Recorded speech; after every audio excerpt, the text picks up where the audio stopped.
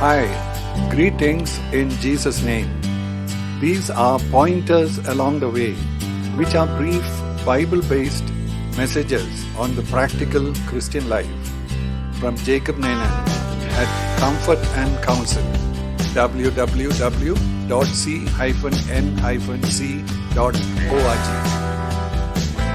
You can visit the website for articles, books, and videos. May the Lord bless you.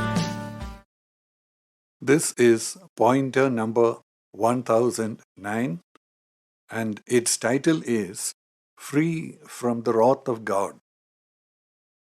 Romans chapter 5, verse 9. Much more then, having now been justified by his blood, we shall be saved from the wrath of God through him.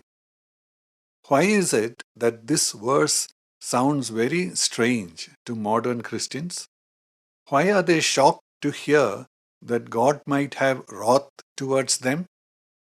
The gospel which they heard and on which they have based their salvation talked only about the unconditional love of God, which was waiting there to accept them as they were. This God who has forgiven not only their past sins but also their future sins, how can he be angry with them? When the blood of Jesus Christ is covering them, what can he be angry with them about?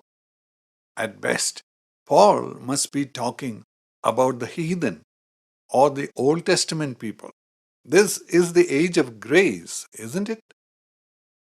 In short, this is the single biggest flaw in the preaching of the gospel these days that is causing all problems for the individual Christians as well as churches.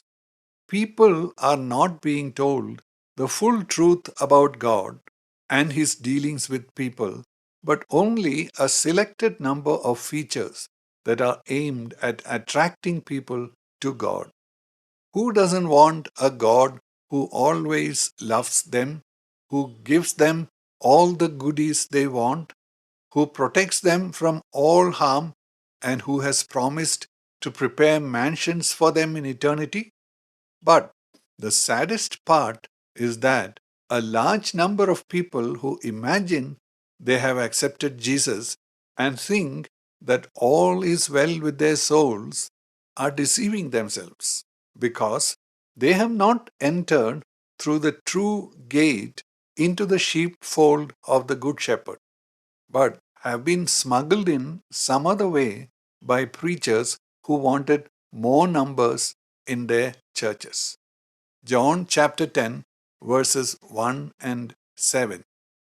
Truly, truly, I say to you, he who does not enter by the door into the fold of the sheep, but climbs up some other way, he is a thief and a robber.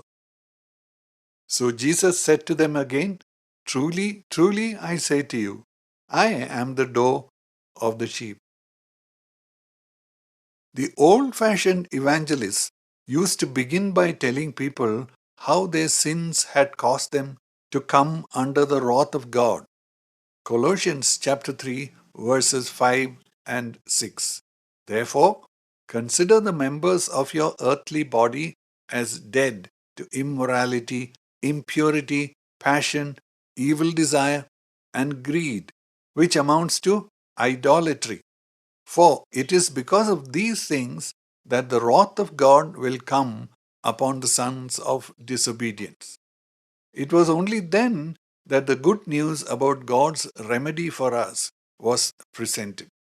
One reason then for people to want to get right with God was to escape his punishment. Then it made sense to them that the love of God had made a way for them by taking the punishment on himself through his son dying in their place on the cross. This caused them to cry out for salvation first, before they received the assurance that their sins have now been forgiven. The relief of feeling their burdens getting lifted was real. This was real conversion. But what is happening now? People are apparently able to walk into God's kingdom swinging their hands as they are and continue the same way of life as before, reveling in this overflowing love of God that does not waver or cease. Lives are not transformed. The best that happens in many cases is that they become a bit religious, following church activities. But the fact is that they are still on their way to face the wrath of God because they have not really turned from their sins to their Savior. Where do we stand individually? What kind of gospel are we preaching? Isn't it good to be honest before God rather than to fake it? This may be your warning from God. At Comfort and Counsel, www.c-n-c.org.